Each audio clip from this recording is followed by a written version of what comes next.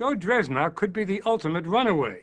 Then as a soldier serving on the DMZ between North and South Korea, Dresnak did the unthinkable. In 1962, he ran through a minefield and defected into North Korea. No one outside North Korea has heard from Joe Dresnak until now. He told his story to two British filmmakers, Dan Gordon and Nick Bonner, who've made a documentary about Dresnak called Crossing the Line.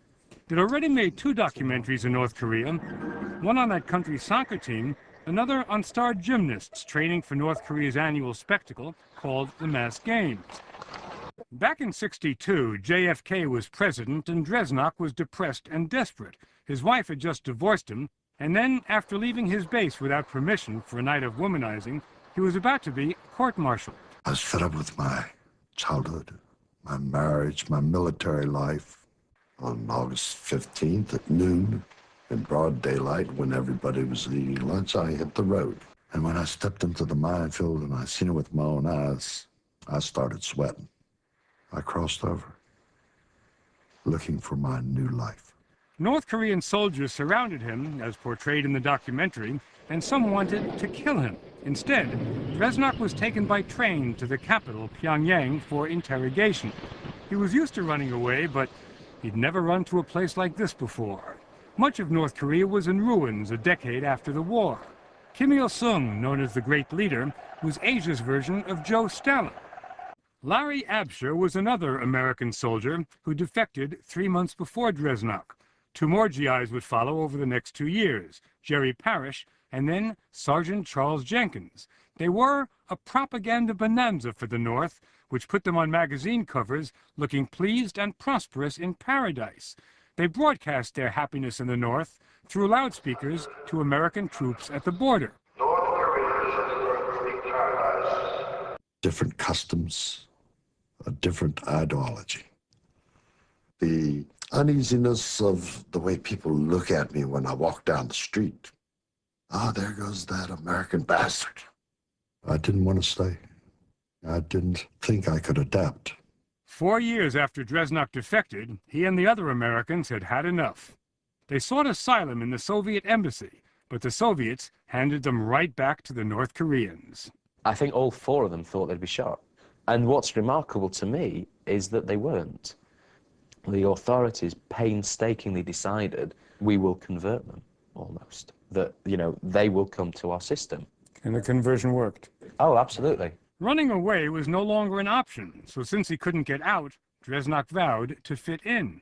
They might be a different race, they might be a different color, but God damn it, I'm gonna sit down and I'm gonna learn their way of life.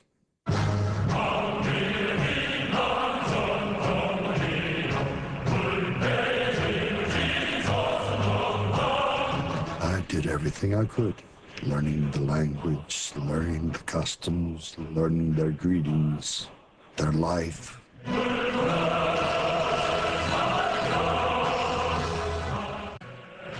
I've studied their revolutionary history, their lofty virtues about the great leader.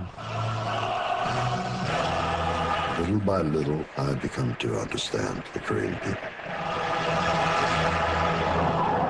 And the Korean people finally accepted the Americans when they started starring in propaganda films that were big hits in the North. To hell with America! In their first epic in 1978, Dresnak played the brutal American commander of a POW camp. I'm pleased to meet you all here. I don't consider it a propaganda movie.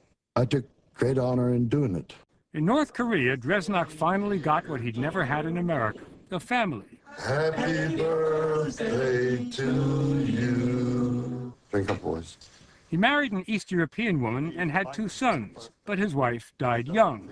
Then he married the daughter of a Korean woman and an African diplomat. She and Dresnak have a 6-year-old. Now his father's days are pretty dull. Fishing, 이것은 심심풀이. 심심풀이입니다. and smoking, and drinking. The government provides a small apartment and a monthly stipend. But even in the capital, where only the privileged are allowed to live, blackouts are frequent, and running water seldom runs.